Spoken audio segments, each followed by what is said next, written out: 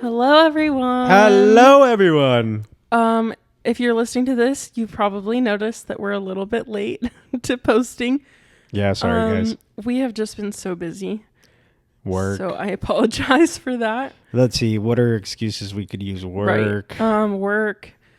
Work. I mean, maybe School. Work and school for me. you. Yeah, and just work for me, honestly. Yeah, no, we've just had a really hard time sticking to a schedule just because he's been so busy at work that usually we wait until he's done and then he'll come over. But Right. Praise God. they've just been so busy. So Praise God, we've been busy. yeah, that's good. Run your money up. Yeah. Can't believe I just said that. Run your money up. Run your money up. I hate that. Run your back, twin. Okay. All right. So, random topic. well, first, if you are listening to this for the first time, my name's Luis. I'm Shay. This is the At the Table podcast. We saved a seat specifically for all of you to sit at the table with us so that we could talk more about our faith, etc. It's in our description in our bio. Hopefully you read it. Normally we don't ask of this, but before we get into the episode, I have been noticing that people are listening, and thank you so much. And I normally wouldn't ask of this, and I know Shay wouldn't either. But if you guys could please subscribe, that'd be awesome. Give us a follow, give us a subscribe wherever you're listening. Yeah, it gives us a little bit more freedom to do more things on a creator standpoint, on whether it's Spotify, Apple Podcasts, YouTube, etc. It gives us a little bit more leeway to do more things. So that's the only reason why I ask if you really want to subscribe. Don't let him twist your arm or anything. Yeah, I'm not trying to, but if you can, I'd love you forever. It would mean the world. It would mean the absolute world to us. Okay, so getting that out of the way, random topic. I've had a very big fixation these past couple of weeks in tapping into my roots of being a good old country boy. Okay. And that is not where I thought this was going. Yeah, which is like so off, I guess, like so off rhythm for the past couple of random topics I've been kind of talking about. But I've been very fixated on, obviously, like everybody in our friend group knows. You got it. That my biggest dream is to become a father, to become a husband, own my own home, the good old American lifestyle, live on a farm. The American dream, if you will. And I've been very fixated on watching TikTok, and my feed recently has been dressing up your little boy. Mm. People post their little boy dressed up like a cowboy for church. Mm-hmm. And oh my God, I'm so in love. Like the little boots, the little bootcut jeans, are so cute. The little baby pearl snap shirts. Yeah. Oh yeah, no, I know love those it. pearl snaps are quite steezy. Yeah. I mean they're the best. Or like the little cowboy hats.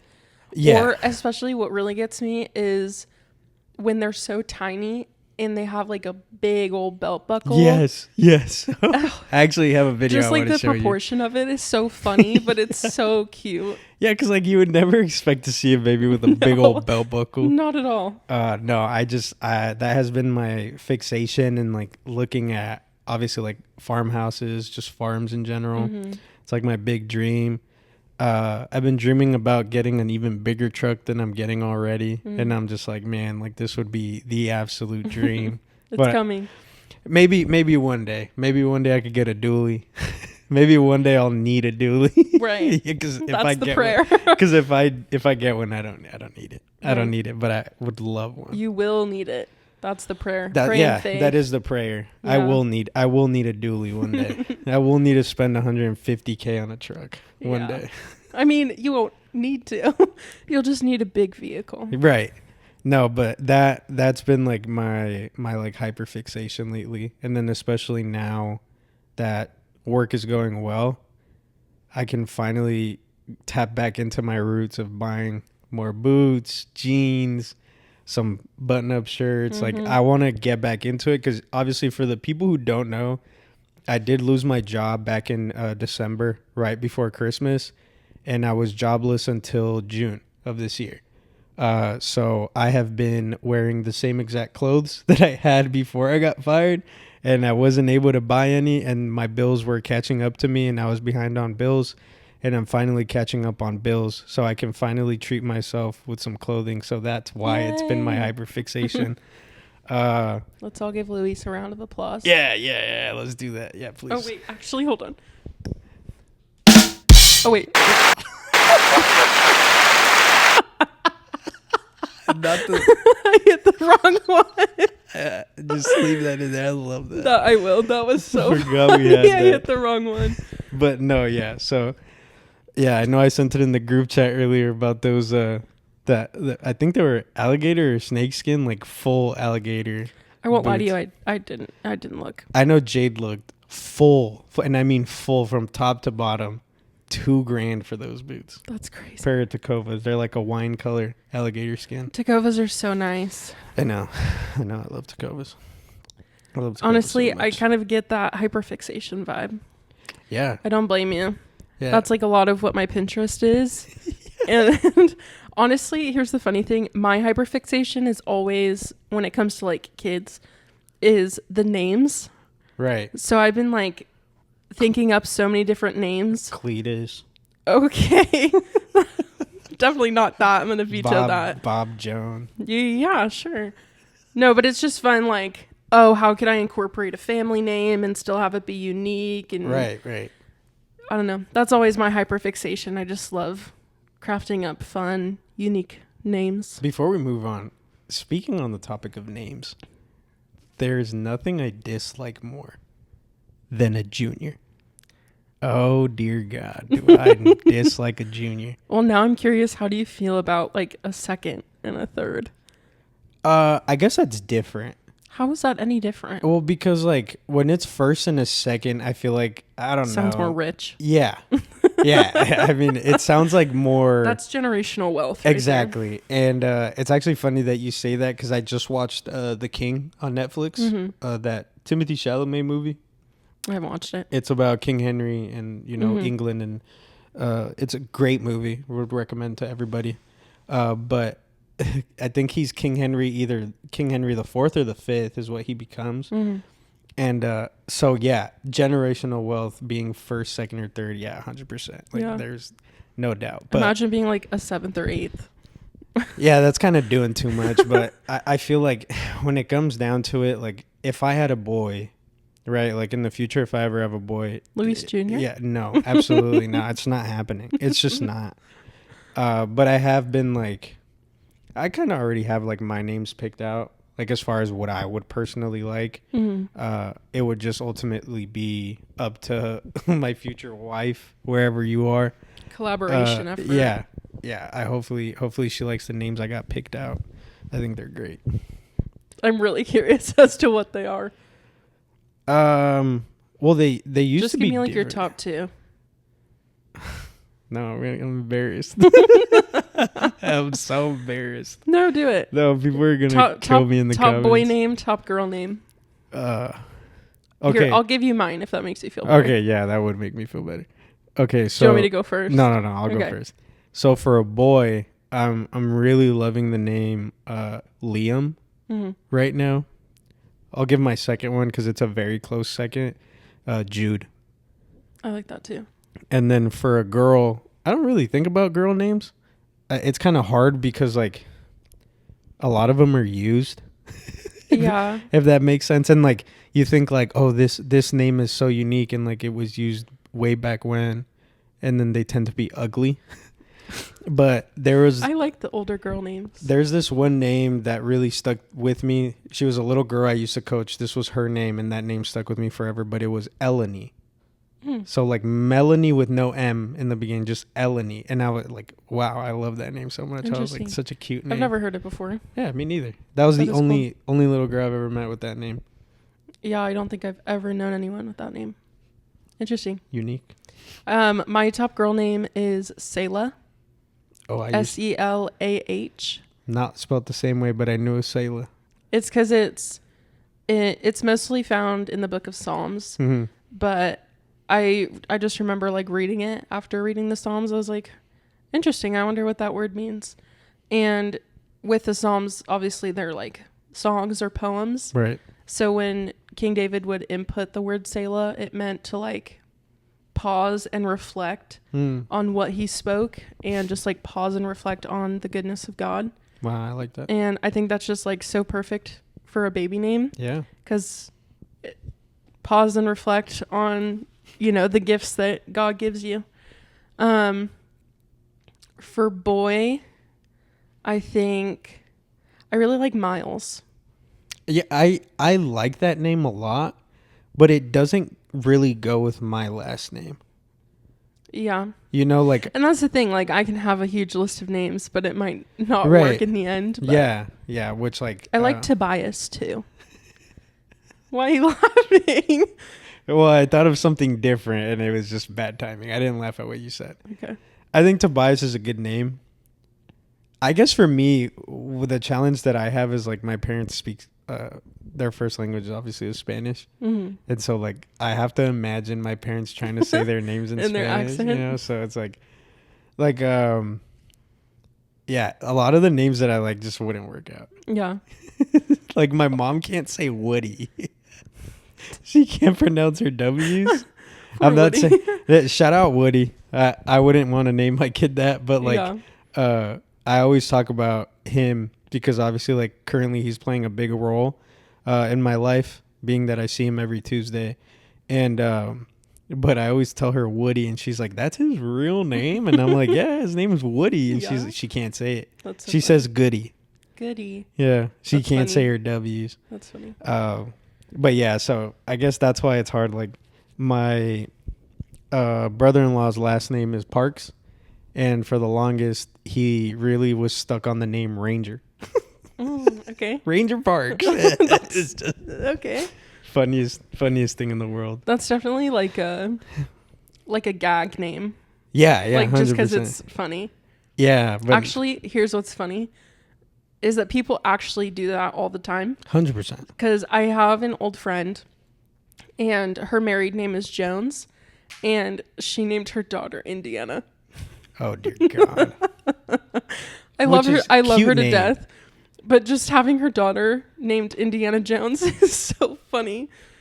She's the cutest thing ever, but it's just hilarious. I actually like that name, Indiana. Yeah. But I like names that have good nicknames, because Indy? Obviously Shay doesn't have any nicknames. Yo, what's your name short for? Nothing. That's literally it. So I don't know. I like longer names where you can have a lot of nicknames, but if it's not longer, I like a 1 or 2 syllable name. Yeah. No, I agree. Yeah. I actually think it's very funny. You were the first girl Shay I've ever met. I've only ever met guy Shays. You would not be surprised at how often I get that. Yeah, honestly, yeah. I can kind of see it, especially because, like, none of them are from here. Yeah. I feel like that's more of like It's a very Irish name. Yeah, which is so funny because they're 100% Irish. And I mean, that's where my name comes from. I'm Irish. Yeah, I guess that's so. That's so true. You're like literally, your last name is the most like.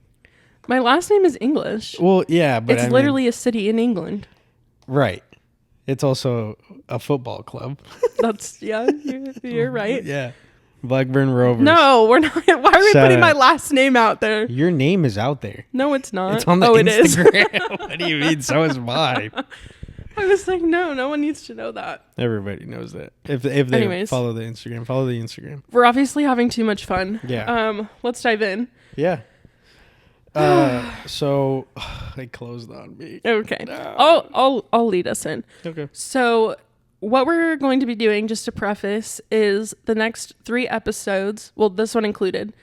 So today, our next episode, and the one after is going to be like a mini series. To close out our first season. Woo! Woo-hoo. Everybody. Yeah, there you go. This one? Yeah. You have to hold it down. Woo! Yeah, that was so bad. Yeah.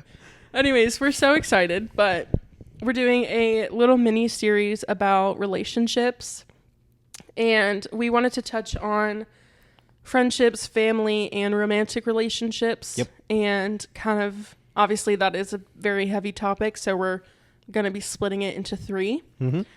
Today we wanted to be You're good. That was bad. Today we wanted to talk about being healed and whole and being ready for romantic love and new friendships. Do you want to take it away? Just like initial thoughts, and then we'll dive in. Yeah, I mean, I think well, I won't touch on the topic obviously too much, kind of just to get us in it, but I didn't like that. Just to This episode is so funny. I don't know why. just to walk us to the point. Please. Yeah, I think everything we're going to talk about is very important, and although we aren't like quote unquote like love doctors, I think that we're both very much in our faith to where we, well, I mean, regardless if you are or if you aren't, I think we all have a space to talk about this. And I think that what we are going to talk about is very, very crucial before, during, and even after relationships romantically. Yeah. So. Like before, during, and after you get in them. Right. Yeah. Right. Yeah. Water break. Right as I go to take a sip of water, he stops. That's great timing. Yeah, for today, I really just wanted to touch on being ready for the next step. That can include friendships as well. But I feel like, especially for me, the reason I wanted to touch on this is because I know for me personally, I have a lot of history. I don't want to use the word trauma, but I have a lot of history. Right. When it comes to not being ready and jumping into friendships and romantic relationships too soon. Right. And really just touching on the fact of, I like can't take myself serious right now. I don't know why. But I just wanted to touch on, like actually truly being ready versus just feeling loneliness. And I feel like there's a purpose for loneliness. And I feel like I hear all the time, especially when it comes to romantic relationships, is like, oh, if you're in your single era, like your single season, like don't be upset about it. It's for a reason. God's preparing you. And as much as that's true, it can also be very hard to balance. Yep. It's also just very hard in general. Yep. Especially when you think you're ready or you know that you're ready for something more. Right. And I think that that's a huge role, or that's like where friendship comes in. And that's why it's really important to be surrounded by good, faithful, biblical friends. And also, if I'm being so honest, it also is super hard to build biblical friendships. Yes, it is. Especially as a young adult, when I would argue that most of the people around you on your day-to-day basis, whether it's work or school or whatever you do, they aren't Christian. And so it can be very hard to have those connections and build those connections. And I've said this a lot in the past couple episodes, that as young adults, it's kind of like a second puberty, and it can be very hard to make friends when, I don't want to say you're older, because that makes it sound so old. No, but you're right though. Like, it's not the same as like being in college or like being in high school. This is kind of like more in the sense of like, I assume like getting out of college or after college. Yeah, I think for young adults, you kind of step away from the circumstantial friendships into very intentional friendships. Right. Because obviously, like if you're in school or work, the friends that you have there are most likely just because you're around them all the time. Yeah. which isn't to say that's a bad thing, no, by no means. But just with biblical friendships specifically, and like as you get older, you have to be a lot more intentional, not only about making friends, but also keeping them. Right. And, you know, as we grow in seasons and people are getting married, moving on their own, having kids, whatever it is, you just have to put in the effort. Yeah. In terms of staying connected, spending quality time together. Yeah. Just, again, I think the key word here is just intentionality. Right. And obviously that goes into romantic relationships as well. But just in terms of, again, like circling back to the episode topic of like you being ready and being healed. I think that there is a lot of internal work that needs to be done. Right. Prior to making friends or a romantic partner. Yeah. Because, again, out of my personal history, I can't tell you how many times I have just like rushed into being friends with someone just because like, oh, maybe they're the cool person or they have a lot of connections or whatever the case may be. And especially romantic relationships, I feel like that's more common, of like jumping in too soon. Yeah, it takes a lot of self-awareness. And again, the intentionality behind it. Why are you seeking out these friends? Why are you seeking out a romantic partner? And just like, what's your heart posture behind it? Right. Ultimately, the friends that you have around you and any romantic partner that you're going to have should always lead you back to Christ and make you grow further in your faith. And even if you aren't in friendships or a relationship that does that, Right. it's also kind of like a red alarm that goes off of like, okay, I need to reevaluate and maybe double think, like check again about the friendships and relationships around you. Yeah, no, I definitely agree. I think it's also like this topic is very, very new to me. Obviously, like you and Jade are the one people, or are the two the one people, the two people who I reached Me and out Jade to. are one. Yeah, she's my sis. And you guys are the two people who I reached out to, especially after a very hard conversation. So I decided to end some friendships that I had when I was living not in Arizona. And it kind of was like came out of a shock, not only for me, but for them, just because of the fact that like not only are we not in contact, there's just a lot of history, and I didn't leave on the best note. Both parties, or I should really say all parties, I was kind of grouping them together, but all parties, and myself, we kind of left a bad taste in each other's mouths when I left. And it's just one of those things where you kind of have to figure out, and it took a lot of prayer for me to kind of make that decision. It wasn't easy, but obviously like I had to make that decision for what's better for me right now. And I think that it's in best interest for both people, as far as like, what does it really mean to be in friendship? What does it really mean to be in biblical friendship? And although we had great friendships and biblical friendships while I was there, when I moved back home, it was like that maybe for the first month, I'll say. Being in constant contact, and obviously like getting to know everybody who's at our current church and stuff like that. But then obviously like contact drifted away. We didn't talk anymore, and there was a specific reason as to why one friend in particular would reach out to me every month, and it started to feel more of like that's the only reason why they're reaching out. And I personally didn't want to reach out.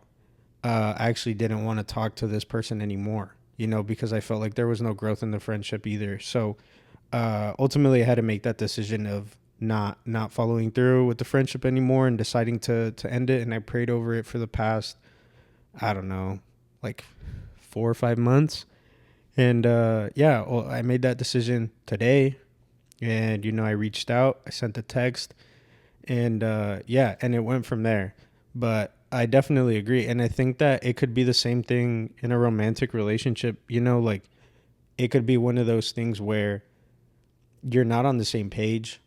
You're not doing the things that you're supposed to be doing, etc., whatever the case may be. And sometimes you just have to make that decision. So the red alarms example that you said was kind of perfect and very on par with kind of everything that I was currently going through and kind of what I went through in the past as far as like my engagement in the past.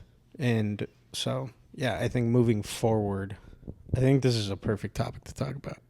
I mean, yeah, for both of us. Yeah. Just with our history and our testimonies. Yeah, absolutely. Not to say that we're knowledgeable about this. But, yeah, no. But just like our personal history with it. Or not the most knowledgeable. Right.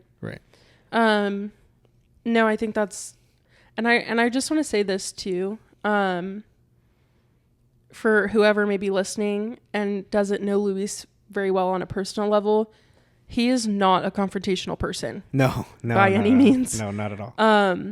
So I just want to say, proud of you. Thank you. Because it is a big step to.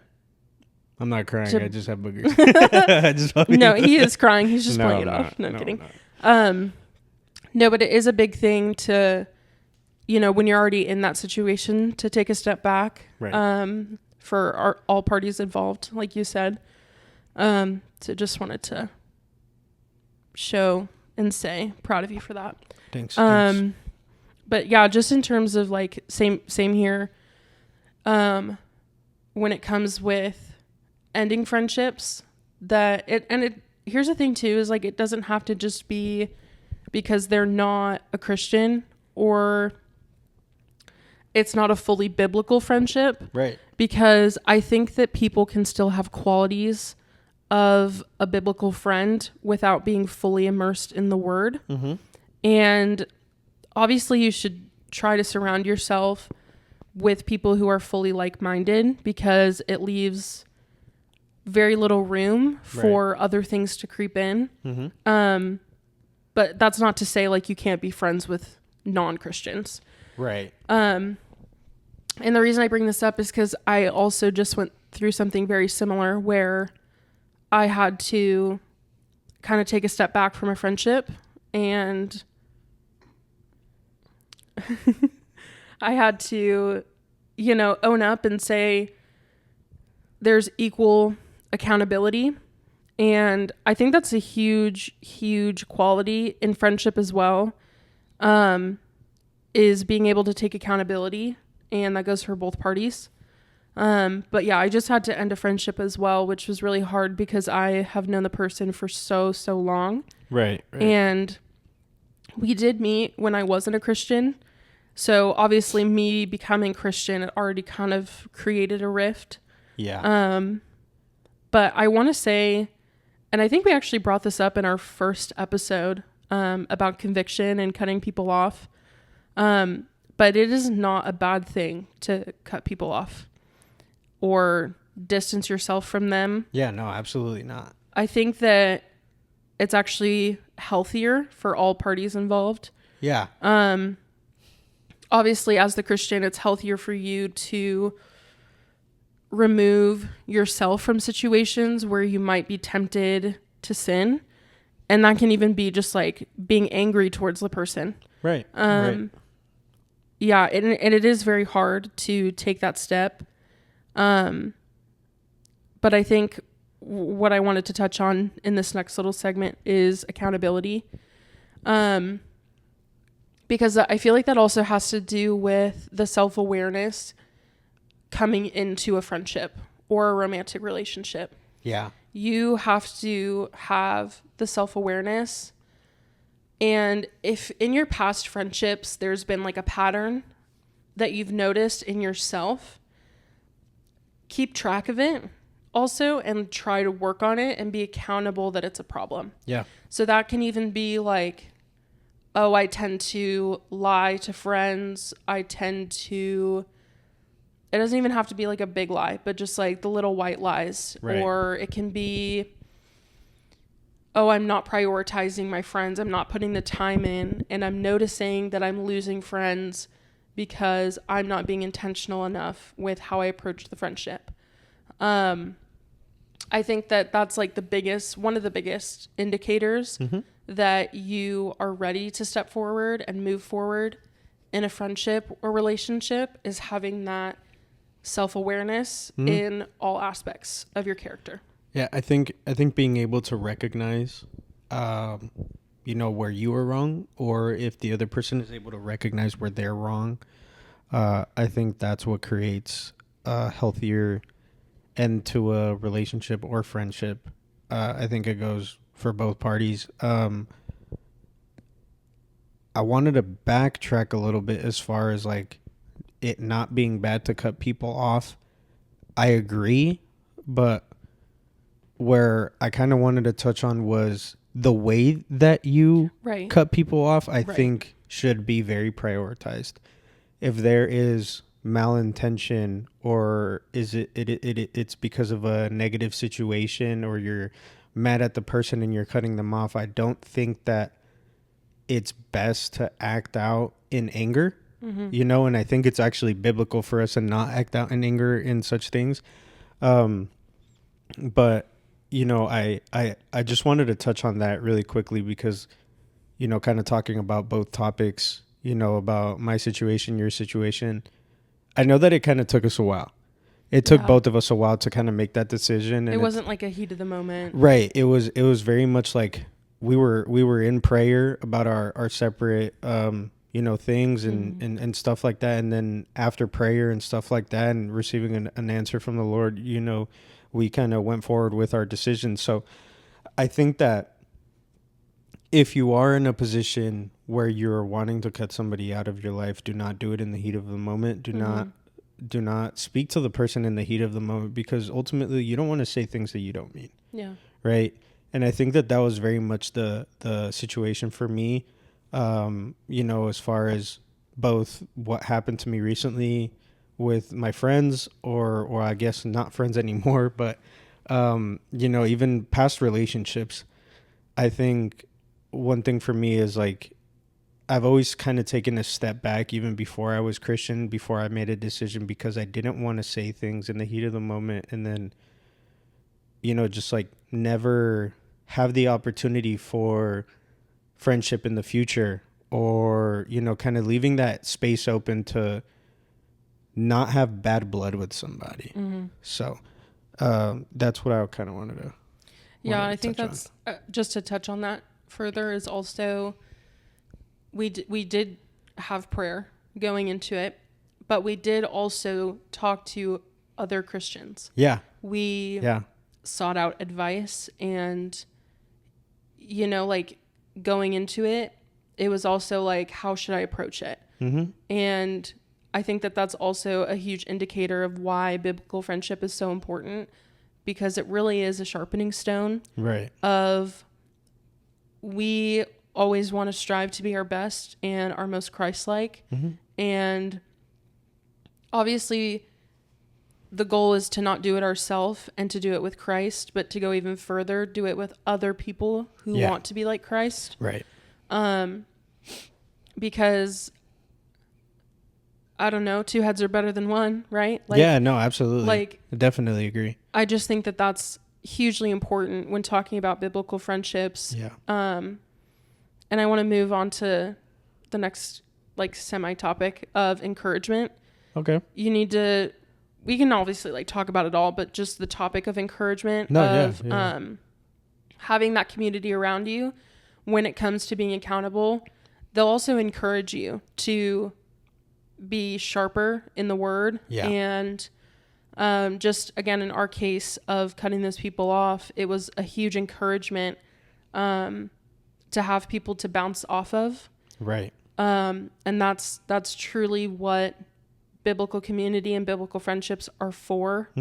I just think encouragement is also a huge, huge thing, because, and this is reminding me of my last relationship. Mm-hmm. Obviously, I touched on this before, but my last relationship, I didn't know Christ until almost like a month after that relationship had ended. But we were together for a year and a half, and I can truly say with all my heart that there was no encouragement. Right. There was no accountability either. Mm-hmm. Because I don't know why, but I'm envisioning encouragement and accountability kind of like two sides of the same stone. Yeah, no, I can see or that. same coin. I can see Because accountability is also like, are you taking care of yourself? Right. Are you putting your priorities in the right order? Mm-hmm. Are you, doing your best every day to become a better person? Yeah. And obviously that goes with encouragement. You want people around you who are going to encourage that and pull it out of you. And what I can say from my experience is having none of that in my last relationship, it truly drains the life out of you. Mm-hmm. Because we need that to survive. Yeah. Like we, at least encouragement. Yeah, like no, we need people in our corner. We need a village. And having none of that, it really, really just sucks the life out of you. And during that relationship, I, had suicidal thoughts. Mm-hmm. And obviously I didn't have Christ in my life, and that's a huge reason why. But any relationship that's not based in Christ, even if it's a great relationship, if you don't have those things, it's not going to work anyways. Yeah. Yeah, no, I definitely agree. I think that the way that I see it and the way that I have been taught, obviously, like, everybody knows this. Well, everybody who's a Christian knows this. Like, we can't do anything alone, Mm-hmm. right? And I think that, especially in those moments, because I've definitely had those moments as well, where, like, you kind of step away from something, and you kind of have nobody around you, and you fall into this deep depression. I think the idea of not having Christ, obviously, like, whether it was in my situation or yours, like, I didn't have Christ in my life either. And I know that that's kind of the same ideas that I kind of ran to, the same feelings that kind of overflowed me. But obviously, like, the one thing that we're taught, and I was taught from the very beginning, is, like, not being able to do things alone. And that means community. Mm-hmm. Community is such an important part of being a Christian. Community is plays a huge part in both accountability and encouragement, because it's kind of difficult. It's more difficult when you are trying to keep yourself accountable, and when you're kind of trying to encourage yourself and nobody else is around you to help you with accountability and encouragement. I think that we need those people around us. We need those friendships that are biblical and centered around Christ, in order to kind of deal with life, just in general. Maybe kind of stepping away from a little bit from a relationship or friendship standpoint. I think in any aspect of life, good or bad, community is kind of one of the main points, or one of the main priorities that you should have, because you can't do anything by yourself. Yeah. And I think also that has to do with kind of what I touched on earlier of being lonely or being truly ready. And, also, again, just the self-accountability. Mm-hmm. Obviously, like Luis said, we're not meant to do anything alone. And we're meant to have community around us. Again, to bounce ideas off of, to grow in our faith, whatever it may be. We're not meant to do it alone. So it can be very hard when battling that loneliness, because, obviously if you're, I would say, like, in the depths of your loneliness and you're really just aching for, friends or a relationship, I would say it's safe to argue that, and this might be a little out there, But I feel like a huge piece of loneliness is being afraid to be with yourself. Yeah. And being afraid to be with the Lord. Yeah, no, 100%. And again, this is me speaking out of personal experience. Sometimes the quiet, sometimes the loneliness is scary because you're too afraid to confront yourself and really work out the issues that you're seeing in your own life. Mm-hmm. And again, that can be the accountability. Maybe you don't have accountability for yourself. Right. And if you don't have accountability for yourself, how are you going to expect it from other people? Right. And how do you expect to reciprocate it in your friendships or relationships? Yeah, absolutely. Yeah, I just think that a huge part of loneliness is that like ache to want other people around. And I would say the sign, I guess, of being truly ready is really just not being afraid of being alone. Yeah. Because obviously there's a difference between being alone and being lonely. Yeah, 100%. And I would say that, you know, if you're really at ease with who you are in Christ and who you are as a person, loneliness tends to become okay. Like being alone becomes okay. Yeah. You find safety alone because you know that you're not alone. You're always with the Lord. Yeah. Comfortability. Yeah. You That's a huge one. Yeah, you find comfortability in that too. I Yeah. think it's safe to say.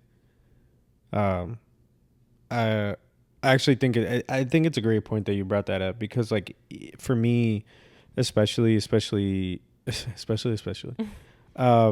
for me going kind of backtracking in my life the past couple of years, obviously like ending my engagement. Well, it was kind of a weird thing on how it ended. We'll go into it in a later time, obviously, but like in the way that it ended, you know, like I definitely felt that way because I was recently moved back to Arizona when it happened, and I wasn't back home for a very long time, but you know, it was kind of like a little.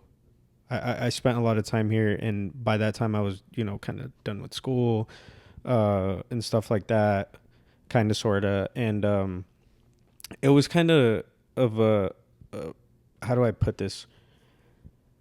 I'm having trouble kind of finding the words. It was very difficult for me to be alone because I didn't have that community around me when I was here. I didn't have friends anymore. You know, like I was a couple years out of college, you know, and I didn't talk to anybody from high school anymore because obviously like I had now found Christ, and my friendships, you know, if from high school were very secular friendships. I didn't have any Christian friends in high school whatsoever. So it was kind of one of those things where it was like very difficult for me to be alone because of the loneliness that I felt. Mm. And I kind of backtrack and I look at my life now and I'm like, I don't feel weird about being by myself anymore, whether it's playing video games or whether I'm at work, you know, in those short moments where I spend time alone, especially when I'm like test driving a car, you know. I think also going forward with that is you have to find the time to spend time or talk to the Lord in those moments as well. Yeah. And that's where the comfortability comes in. That's why I wanted to touch on comfortability, you know, kind of going into this, because it's very much safe to say that like when you find that comfort in being by yourself, knowing that you're not really alone because the Lord is with you, and then you take the time to speak to the Lord, you take the time to use that time for prayer or anything, you know, journaling, reading your Bible, diving into the Word, whatever it may be, you don't feel lonely. Mm-hmm. You know you're physically alone, but you're not lonely. Mm-hmm. You know, and I tend to be happy in those moments. Yeah. So that's why I wanted to touch on it. Yeah, I think honestly that's perfect what you said, comfortability. Because again, I feel like part of it is not being comfortable when you're alone, and that uncomfortability is what pushes you to make wrong decisions. Right. And not necessarily like wrong decisions, but with the wrong intention. You know, again, with the intention of, are you seeking out friends? Because here's the thing. Friendships and relationships, they're all going to demand some type of sacrifice and reciprocity. Right. Is that the right word? Reciprocity, like reciprocating. Reciprocation. Reciprocity, something like that. I don't know. The reciprocation of it. It's all going to require some type of sacrifice and reciprocation. And going into a friendship or relationship with the idea of, and again, I'm speaking out of personal experience. Yeah. Because I remember when I ended my relationship and moved back home, I got into a relationship almost right when I moved home. Oh, wow. Purely because I was not used to being alone. Right. I was living with that partner for almost our entire relationship. And moving from that to being at home and not having someone there all the time, I was so uncomfortable with being alone. I didn't know how to go to bed alone anymore. I did everything with him. It was just like, obviously that was so unhealthy. I didn't have friends outside of that relationship. Right. It's almost like a codependency. Absolutely. Yeah. And so moving down here, I jumped into another relationship purely out of ill intent that I was not used to being alone. And I didn't want to be alone. Right. And that's like the biggest thing is the intention going into it. So I would say, obviously, it's really important to have friends. And I'm not going to like give reasons why not to go out and seek friends. But I think when it comes to being healed and ready for that, it again comes with really just knowing who you are in Christ, and having the accountability that if there are areas in which you're lacking, again, whether it's loneliness or not, to just be aware of why you're going into a friendship or relationship. Right. I actually kind of, and like, I don't mean to kind of cut this segment off. I kind of want to move towards more of the, like the relationship aspect of readiness, just because I had this idea pop in my head and this memory. So I was talking to Shay earlier. I've been growing very curious about, the Orthodox Church. And I have been listening to this priest who is very, very well known in the Orthodox community. I won't say his name because I don't remember his name off the top of my head. And that's the only reason why. But the reason why I was listening to him is because I was curious on how us as Christians, because obviously we're all Christians, doesn't matter the denomination. And that might stir up a little bit of conflict, but I'm not here for conflict. I was kind of listening to him, and he had a podcast episode with with a Protestant pastor. And they were talking about relationships. And the Orthodox priest mentioned that when he decided to go into converting into Orthodox, because he grew up Baptist, he made that decision when he was 15. And the priest that was kind of teaching him about this, was telling him, and, after a few years of kind of being his mentor, the priest got to an age where, he mentioned to his mentor that he was ready for a relationship, and they did this practice together. And he said, okay, write down my future wife and write down every single thing that you want your partner to have, as far as personality-wise, physically, whatever the case may be. Maybe not physically. I won't say physically because I can't quote him on that. He definitely didn't say physically, but just kind of different. What's the word I'm looking for? Qualities that you want your future partner to have, and he wrote in there, like loyal, good communication. Obviously, like all these things, Christ, like a Christ-like, Christian, obviously. And after he was done with that practice, and, he showed, his mentor the paper, and he said, okay, now erase my future wife and write your name. And I was like, wow, Yeah. You know, and he said, once you checked all of these things off the box, that you practice these things on a daily basis, whether it's in your friendships, just in your daily life in general. When you're done and you start doing these things not out of practice, but you do these things out of, you know, just because this is now who you are, then you're ready for a relationship. And it kind of blew me away because, like, nobody's ever told me that, you know, but I feel like looking at it in a way, regardless of the denomination, I was thinking to myself, like, that is such a good practice. Yeah. That is such a good thing to have, especially because I was kind of thinking this whole time I've been thinking for the past couple of months, like, wow, I'm, you know, like, I'm so ready for a relationship. Like, you know, I was starting to get impatient and stuff like that with finding a partner, and I get sad at times. And then I heard him say that, and I was like, if I wrote down a list right now of the qualities that I look for in my future wife, I check off almost none of those. And not because of the fact that I'm not that kind of person, just because I don't practice these things on a daily basis.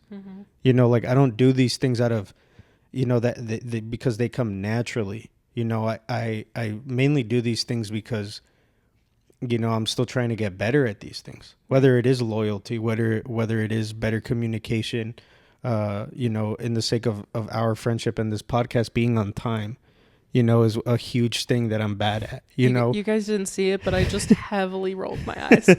but it's the truth, you know, like, and kind of looking at it in the perspective of putting it into practice in that way, I think that ultimately he's right. You know, I think that if you cannot check off all the qualities that you look for in a partner, why do you think you're ready for a partner that is that way? You know, and That's me snapping. and I think that there is a little bit of leeway in the sense of, like, I know that when we jump into relationships, obviously we help each other grow.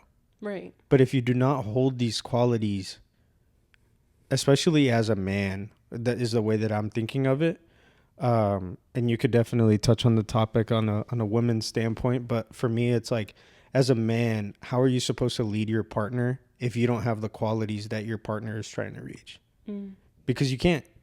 I'm not going to say you can't learn together, but as a man, you're supposed to lead. Right. And how are you supposed to lead your partner into these things when you don't have these qualities yourself, when you haven't worked on these qualities on your own, you know, on your own person? So, yeah, I kind of just wanted to touch that because it just, like, that memory, it stuck with me, and I knew that I wanted to talk about it, but it literally just popped into my head. Yeah, that's such a beautiful example, because I know for me personally, and I can probably speak for a lot of women, we have that list of, like, standards that we look for in a partner. Right. And I mean, I've had mine in my notes app for probably 4 years now. Right. And yeah, I've never heard the example of, like, crossing that out and writing your own name. Yeah. And I think that that's a really powerful statement because, again, kind of what I touched on when it comes to reciprocation.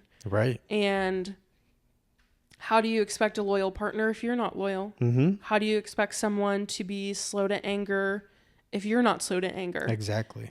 And I think that that's honestly an incredible example. And yeah, I mean, speaking as a woman, how I always think, like, how am I supposed to submit to a man if I don't have that trust in him? Yeah. And that also goes to, like, the list of, you know, you want a God-fearing husband as a woman, and you want him to be the head of your household. But as a woman, you're supposed to be more submissive. You're supposed to be under that hedge of protection from your husband. Right. And I know that that's personally something that I've always struggled with. Just because of my relationships in the past, I've always been the domineering energy of, I know what I like, I'm going to stick to it. I am very type A. I like a routine. I like a plan.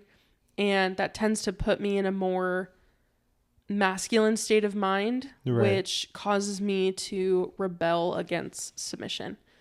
And that's obviously something that I need to work on. You know, because if I want a man who's submissive to the Lord, how am I going to expect him to submit if I can't submit? Right. Right. And yeah, that's a huge thing too. And honestly, that example kind of like caught me off guard. Yeah. Because that really is really good. Yeah, I mean, it was kind of so impactful when he said it, because I went out of my way to listen to this episode, because I tend to listen to like scary podcasts, like just like, oh, the creepiest like Reddit creepypastas of Appalachia or something like that. I don't know. I just came up with whatever title in my head, but that's normally what I listen to.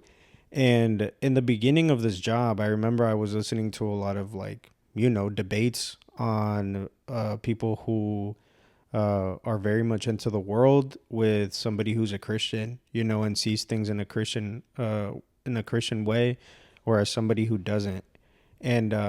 And then it just kind of transitioned into, oh, I remember this podcast I used to listen to. And then, I was like, I'm kind of wasting my time not growing myself by not diving deep into my faith when I have the time that I do, especially like when I am on a test drive. So for an example, like, I'll get, this type of car and it'll have 0 miles, and we are supposed to drive them to 4 miles. Because usually that's when the problems show up, if they have any problems. Praise God that none of them have ever really had problems. But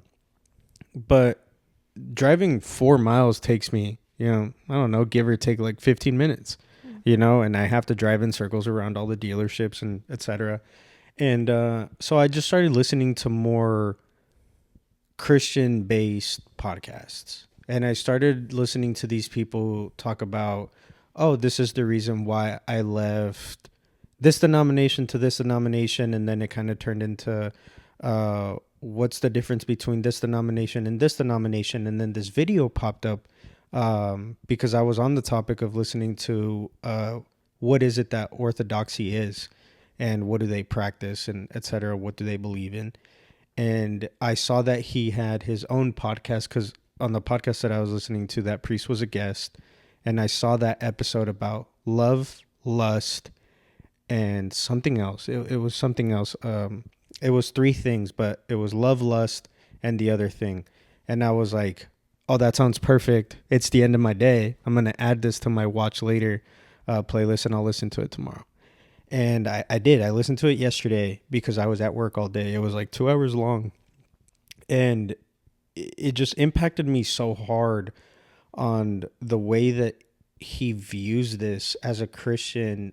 Obviously, like, he's in a very biblical marriage, like he has been very fruitful. He has 10 kids ranging from the ages. I remember him saying this because I was like, holy crap. His oldest is 35 and his youngest is 12. And I was like, holy crap. They've been busy. Yeah. And he was like, I would love for each of my kids to have 10 kids. Imagine having 100 grandchildren. And I was like, like, I love the idea of where he was going with it, because I was like, man, like, this is truly what it means to be fruitful. And just like the topic of love in his eyes and the way that he deems it biblically, I was like, you have completely changed my worldview on relationships, what they mean, not only for yourself, but for your partner, what marriage means, even what engagement means. Mm-hmm. So I didn't know this, but he was kind of going over the topic of in the Old Testament on how what engagement meant in older times, as far as like engagement was such a huge step before that if you were engaged and your engagement was cut off, you needed to be divorced. Mm-hmm. And I didn't know that. I wasn't knowledgeable on this topic because, it's probably one of those things that I just overlooked. But it really stood out to me because, sorry guys, I was moving on the couch, getting comfy. It really stood out to me because he mentioned the fact that how easy is it, and how often it happens in today's day, how easy engagements are broken. You're looking at 2 examples. Yeah, exactly. Right here. And I was like, hey man, you're kind of you're kind of cooking me right now. now. Yeah, you're kind of like stabbing at a scar right here. Yeah. But speaking truth, you know, and he mentioned it himself that he still sees it that way, you know, and what it truly means to get married. I mean, him and his wife have been married for 36 years, you know, a 36-year long marriage is crazy. You know, that's a dream for anyone, I think, who's a Christian. But it was just so impactful to kind of hear the beauty and kind of how truly divine it means to be in a romantic relationship that leads to marriage, and what it truly means to not only him, but what it should mean to us as Christians. And it impacted me so hard to the point where I was low-key on the test drive and I was crying because I was like, that's exactly what the kind of answer that I had been searching for on what marriage means to me. And I got a little bit emotional because I was like, this is exactly the response that I wanted. Because and we talk about it all the time, especially in our friend group, I yearn for a marriage. Like, I'm talking like on my knees, you know, like, okay, maybe that's a little excessive, maybe, but That's the exact posture you should be in. right. And it is for the Lord. But you know, it's kind of one of those ones where I really, really dream, and I long for marriage. I long for finding my partner and being able to be that leader in the relationship and in the marriage, and being a dad and being a leader for my kids and setting the example for my kids. And he explained it in such a beautiful way that I was just like, wow, you know, like, this is truly what it means. And I only say that because obviously we are in a non-denominational church, and orthodoxy is very different than what we practice to a certain extent. But it kind of came down to the point that when I talk to people in our denomination, marriage obviously is very important, but I feel like in almost every conversation I've had about it, whether it's at our church or other churches, it's always been like, you know, marriage isn't you know, like all, you know, Butterflies and butterflies and rainbows. sunshine, Yeah. and, you know, field of flowers or whatever, you know, like it. And it's true, but like, why are you trying to instill fear in me? Don't instill fear in me about me getting married. Instead, like, I don't want to hear about, like, okay, I know I'm gonna argue with my partner every now and then. I know that, you know, like, not every marriage is perfect. Not any marriage is perfect. Yeah. But I don't want to hear about the bad things. Right. You know, like, we know the bad things. Everybody knows. We're always kind of on guard and on go of being prepared for the bad things. But I want to know about the good things of marriage. Yeah. I want to know about how fruitful marriage is and all these things. So, Yeah. And I wanted to touch on what you said too about just like how engagement and like the Old Testament view about it. Because I remember I was doing a Bible study on the New Testament, and I was in 2 Corinthians, and I'll read the verse before I get into my point. It is 2 Corinthians 1:21 through 22. It says, "And it is God who establishes us with you in Christ, and has anointed us, and who has also put his seal on us, and given us his Spirit in our hearts as a guarantee." And I remember when I was doing this Bible study, I was like a little curious as to the word guarantee. right. And what kind of that was insinuating. And I remember when I had done the Bible study and found the answer, I was blown away. Like, I was kind of shocked. And so I'll tell you this. When I was studying it, the original Hebrew word that was translated to the English word guarantee, the original Hebrew actually translated to engagement ring. Oh, wow. And it kind of like caught me off guard for a little bit because, you know, obviously we as the church and as a Christian, we are the bride of Christ. Yeah.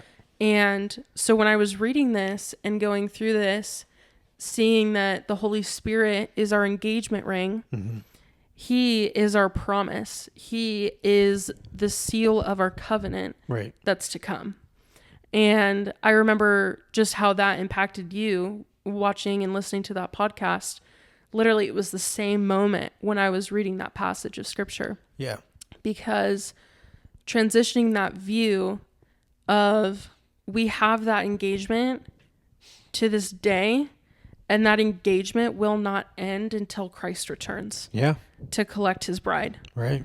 And I just think that that's like the ultimate imagery of the only way that quote unquote engagement can end is an absolute denial and removal. And that is a divorce. Mm-hmm. And that's just so interesting that that's how he put it. And then, you know, just like recollecting me studying this and Right. having that viewpoint. Right. But it is a divorce because we're already a bride. We're already, you know, in that position of becoming the bride, becoming the wife, you know, like as the church. Mm-hmm. So I don't know, that just kind of reminded me of that passage, and I wanted to kind of throw that in there. Yeah, no, I'm glad you did, because I'm actually very happy you did, because they literally spoke about that passage. Yeah. They spoke about the passage, but they didn't explain it or, you know, use the translation or anything. So this is all very new to me, and I was probably just as shocked as you were when you found this out, because this is me finding it out. I was actually very shocked to hear that, because I didn't know that. But it all makes sense. It all makes sense in the end. And I think that, you know, kind of, you know, it kind of touches on the topic that we had of, you know, carrying a covenant relationship. I don't know. Look, okay, I'm going to be honest. I'm like kind of at a loss for words. Yeah. Like it's just like we kind of full circled it. Yeah, we really did. And it's like, I'm at a loss for words, because it's so, how do I put this? Exciting. It's so shocking in a good way, in the best way possible. And it kind of shifts my idea of what it truly means to be with somebody. Yeah. And I know that we live in a day and age where hookup culture is big, you know, and there's a certain demographic that pushes this hookup culture, not having children and not believing in marriage, you know, or believing in same-sex marriage, which is the exact demographic that I was talking about, just according to history.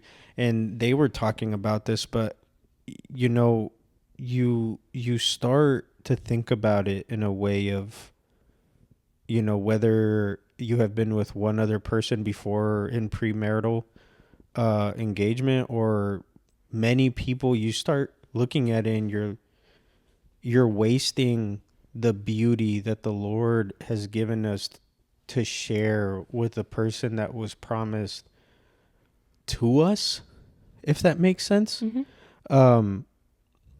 You're wasting away the beauty of the moment when you get married.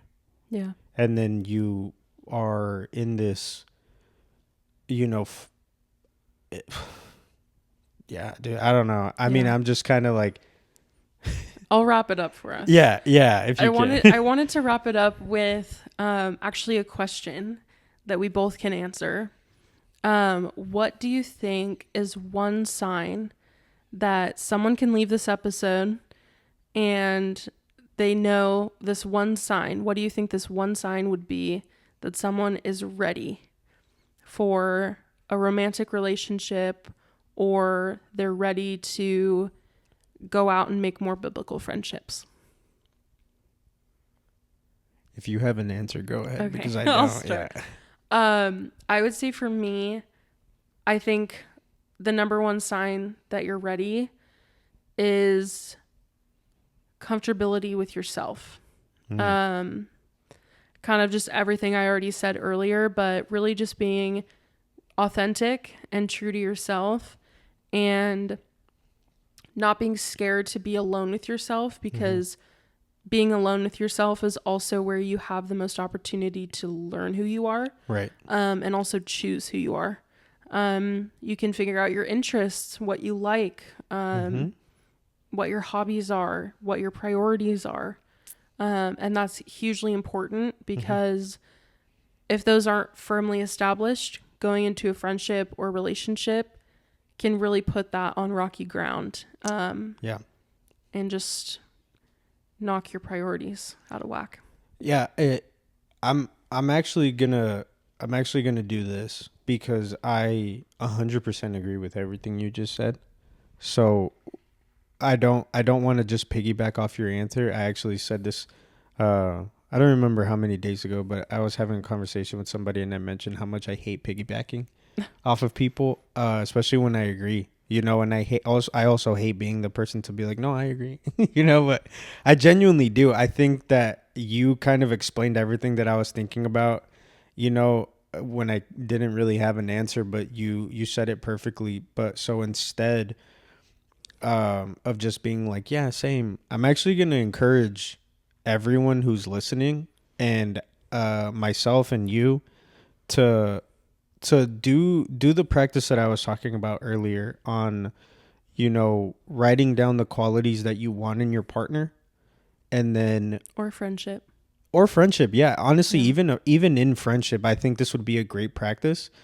And then obviously remove the top part and put your name in, and really dive deep on what qualities you can check off and what qualities you don't check off that you need to work on.